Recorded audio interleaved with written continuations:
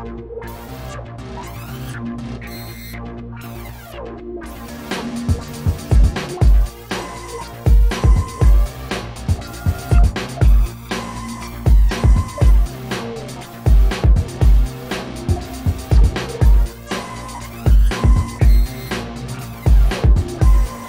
הבאים לתערוכת Welcome to the Future.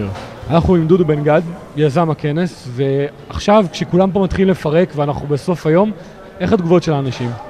תגובות של אנשים מאוד טובות. משנה לשנה התערוכה והכנס מתפתחים והולכים קדימה. אנשים השקיעו בביטנים הרבה יותר. אנחנו השקענו בעיצוב כללי של הכנס, שהוא מאפיין תחום מאוד מקצועי, ולא רצינו לבייש את התחום. השקענו הרבה בעיצוב.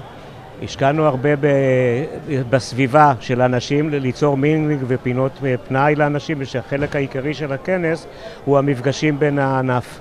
וככה, תן לי סקירה בקצרה של היום הזה, מה היה פה היום? משעות הבוקר, שעה 9 נפתח לקהל, הייתה הרשמה מראש, אני צריך לציין של 2,200 איש, זה הרבה מאוד הרשמה מראש. המציגים השנה מאוד מרוצים מהתצוגות שלהם ומהקהל שהגיע. והשנה החלטנו להוסיף לשתי המופעים שהיו בהנחיית לויט, בבימוי של לויטה, החלטנו להוסיף את טקס השפיץ, שזה בהפקת אלי לוי, שנכנס השנה איתי למיזם של הכנס. ועכשיו אנחנו סוף היום, וכמה אנשים היום? היו 3,200 אנשים, ואני חושב שזה מאוד מכובד יחסית לענף שלנו. זה לא ענף של מסגרים או נגרים, זה ענף של בעלי מקצוע בענף ההפקות האירועים והקדם. שנת 2009, כנס של 2009, היה כסוג של כנס בזמן משבר כזה. בדיוק. הייתה איזושהי בעיה, איך התפתחה השנה? השנה, האמת היא שהתחלתי, זה היה עוד לסוף המשבר למעשה, עוד אני לא חושב שהיום כבר יצאנו מהמשבר. השכנוע הגדול שלי למציגים ולמשתתפים היה שגם בעיתות משבר צריך לשווק. וכמו שאנחנו עושים אירועי קדם, אנחנו רוצים לשווק את עצמנו. אם לא תשווקו את עצמך, לא יהיה לך עבודה.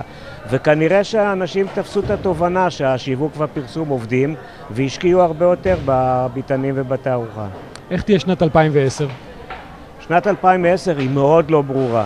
היא מאוד לא ברורה, מפני שלא ברור אם המשבר עבר עלינו או לא עבר, אבל אין לי ספק שהמגמה היא מגמה חיובית, משרוב השוק עובר לקדם ולשיווק חווייתי, ואנחנו לאט לאט מתמקצעים לכיוון הזה. אנחנו באמת מאמינים ששנת 2010 תהיה שנת התוכן. אני חושב שהטכנולוגיות פחות או יותר מיצו את עצמם, ועכשיו הרבה יותר עובד בנושא של תוכן.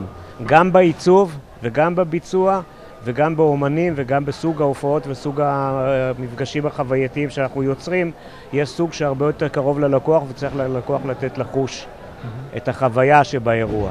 משפט לסיכום ככה, הכנס, הרעיון? משפט לסיכום, שהכנס הבא יהיה יותר מוצלח מהכנס הזה. מעולה, תודה רבה.